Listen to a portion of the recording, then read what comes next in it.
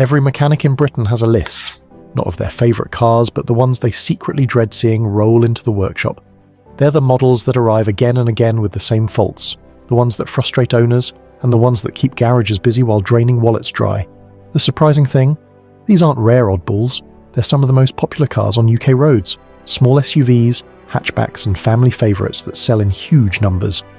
On the forecourt they look like safe choices, but behind the scenes they're known in the trade for weak engines, fragile gearboxes or electrical nightmares. Today, we're lifting the curtain on 9 popular cars mechanics wish you'd stop buying in the UK.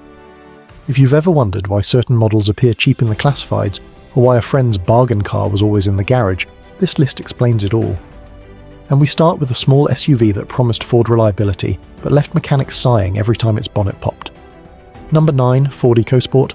On paper, the Ford EcoSport should have been an easy win in Britain. Compact SUV looks, a raised driving position, and the famous 1.0 EcoBoost engine that had already picked up awards. Families bought them in droves thinking they were getting modern style with proven Ford reliability. But ask a mechanic, and the story sounds very different. That tiny turbocharged engine is packed with complexity, and its weak spot is cooling. Faulty water pumps and poor circulation lead to overheating, which then cooks the turbo. Once the turbo goes, it's rarely a quick fix. Repairs often stretch well into 4 figures. Timing belts running in oil add another headache, degrading faster than owners expect and leaving debris inside the engine. For mechanics, the pattern is familiar. EcoSports arriving on recovery trucks with the same problems, frustrated owners insisting they only bought it for cheap, simple motoring. Instead, they discover the hard way that downsized engines can be anything but cheap to keep on the road. And while the EcoSport frustrates with fragile cooling and turbos, the next car brings a very different nightmare. An oil-thirsty crossover that turned routine servicing into a mechanic's lottery. Number 8. Nissan Juke. Few cars split opinion in Britain quite like the Nissan Juke. Its quirky looks made it a sales hit, and for years it dominated the small crossover market. Many first-time buyers and young families saw the 1.2 DI petrol as the perfect mix of style and affordability. But under the bonnet lurked one of the most notorious engines of the past decade. Mechanics soon noticed an alarming pattern. These engines burn oil at a shocking rate. Owners would arrive for an MOT or routine service only to discover the dipstick bone dry, sometimes after just a few thousand miles. Running low on oil led to premature wear, blown turbos, and, in the worst cases, complete engine failure. The problems didn't stop there. Timing chains, which should last the life of the car, often stretched early, creating rattles and risking catastrophic damage if ignored. For garages, it meant a steady stream of Jukes needing major work long before 70,000 miles. For owners, it meant expensive bills on cars they thought were cheap to run. The Juke 1.2 Digity became the car mechanics shake their heads at. Easy profit for the workshop, but misery for the driver who just wanted a simple small SUV. And if the Juke turned out to be an oil-burning gamble, the next car shows how diesel family crossovers can be just as painful when emission systems refuse to play along. Number 7. Vauxhall Mokka. When the Mokka first appeared on UK roads, it looked like exactly what buyers wanted.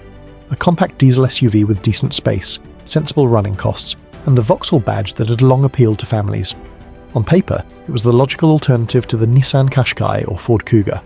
But mechanics across Britain quickly learned to dread them. The 1.7 CDTI engine was notorious for DPF issues, filters clogging on school-run journeys where the car never reached full temperature. Owners would see warning lights, limp mode, and eventually face costly forced regenerations or replacements. Turbos were another common casualty, often failing because of oil starvation linked to those same short runs. Add injector faults into the mix, and the Mokka became a reliable income stream for garages, if not for its owners. What frustrated drivers most was the cycle. Fix one issue and another cropped up soon after. For households expecting straightforward diesel motoring, the bills piled up faster than the miles. The Mokka promised practicality and value, but too often ended up on the ramp at the local garage. And while the Mokka's problems revolved around diesel emissions, the next car is a petrol hot hatch in disguise, hiding engine gremlins that keep mechanics very busy indeed. Number 6. Mini Cooper S. Few cars capture British style like the Mini. The Cooper S, with its punchy turbo engine and sharp handling, promised all the fun of a hot hatch wrapped in a fashionable badge. For young drivers and enthusiasts alike, it looked like the perfect blend of personality and performance. But mechanics know the darker side of the Prince engine. Timing chains tucked at the back of the block became infamous for stretching and rattling long before they should. Ignore the noise and you risk full engine failure. Turbos too proved fragile, often failing from carbon buildup and oil starvation. For a car meant to be all about fun, these mechanical headaches brought owners straight back down to earth, Even when the big failures didn't strike, the Cupras could still frustrate with constant smaller issues: leaky water pumps, misfiring coils, and sensors that kept triggering warning lights. In the trade, it gained a reputation as a car that keeps garages busy, sometimes seeing the same owner more than once a year for major work. The Mini Cooper S might win hearts on the road, but in the workshop it wins groans from mechanics who know exactly what's coming. And while the Mini frustrates with its fragile turbo engine, the next car takes us back to family SUVs, where electronics and injectors combine to make life very expensive for British households. Number 5, Renault Kadjar. When Renault launched the Kadjar, it seemed like a clever move: Qashqai underpinnings, lower prices, and a badge familiar to British families. On the forecourt, it ticked all the boxes: modern styling, sensible running costs, and plenty of used examples to choose from. But once in the hands of owners, the 1.5 DCI version started showing its flaws. Mechanics report endless issues with injectors, which can fail early and cost hundreds to put right. Then there's the electronics: keycards refusing to work, dashboard displays cutting out, and parking sensors that behave as if haunted. For families expecting hassle-free motoring, it meant repeat visits to the garage. What makes it worse is the frustration of unpredictability. Some Kadjars run smoothly for years, while others seem cursed with one fault after another. For workshops, they're a steady income. For owners, they're a stressful money pit. It's a reminder that even a car sharing parts with the UK's favourite crossover can still end up being the one mechanics wish you'd avoid. And while the Kadjar wears its issues in plain sight, the next car is a premium hatchback whose smart badge masks a surprisingly long list of recurring workshop headaches. Number 4, Audi A3. The Audi A3 has long been a darling of the UK market. Premium badge, compact size, sharp looks. It's the hatchback many buyers stretch their budget for. On the surface, it feels like a safe bet, a touch of luxury without going full executive saloon. Yet mechanics know the A3 1.4 TFSI as a frequent visitor. Coil packs and ignition modules are notorious for failing, leaving owners stranded with misfires.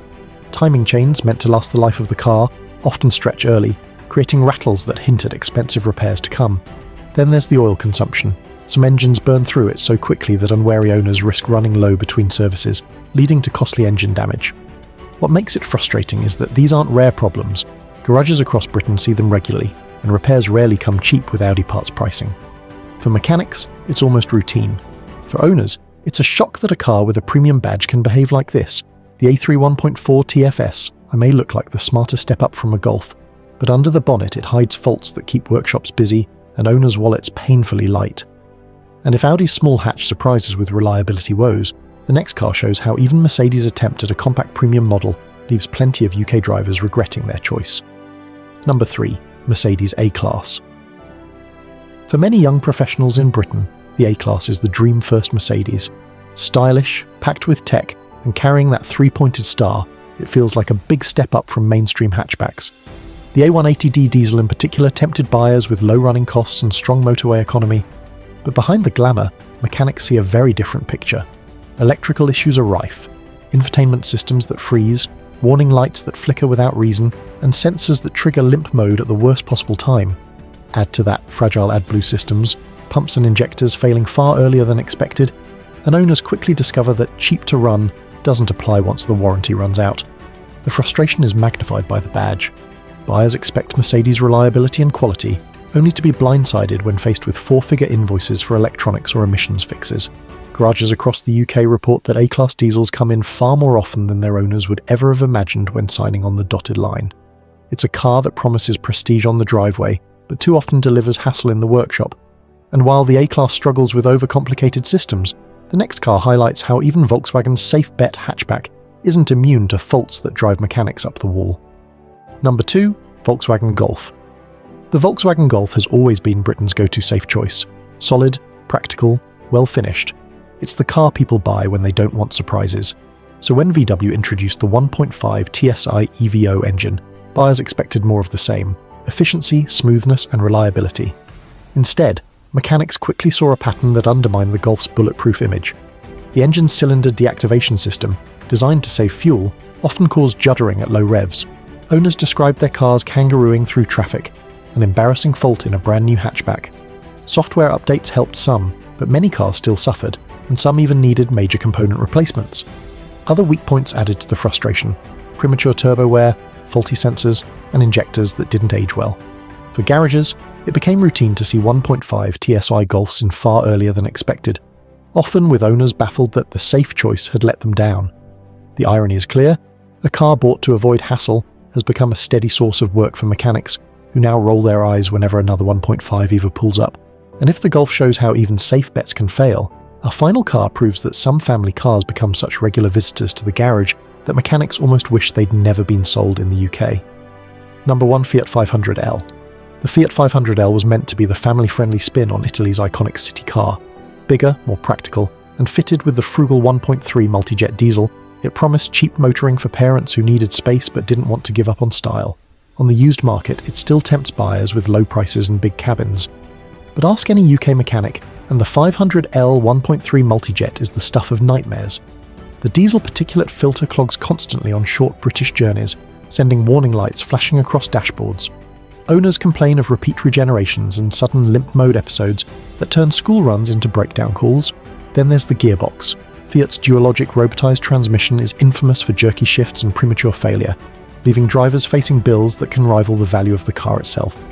Add fragile electrics into the mix, from failing window regulators to glitchy infotainment, and the 500L becomes less of a family car and more of a workshop regular. For mechanics, it's almost predictable. For owners, it's a cycle of stress and expense they never expected when chasing a bargain MPV. It's little wonder garages across Britain quietly wish the 500L had never caught on. So there we are, 9 cars that looked like safe choices on the forecourt, but in workshops up and down Britain, they're the ones mechanics groan at when the bonnet lifts.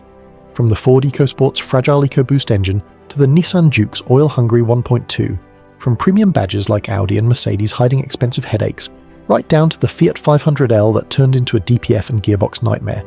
The lesson: popular doesn't always mean dependable. A strong badge or clever marketing might sell thousands of cars, but when the faults are baked in, it's the owners who pay the price.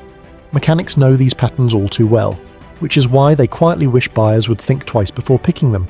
Have you owned one of these models, or another car that spent more time in the garage than on your driveway?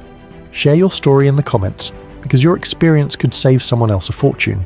If you found this video useful, give it a like, subscribe to the channel, and hit the bell so you don't miss the next episode, where we'll flip the script and reveal the used cars that mechanics actually recommend in the UK.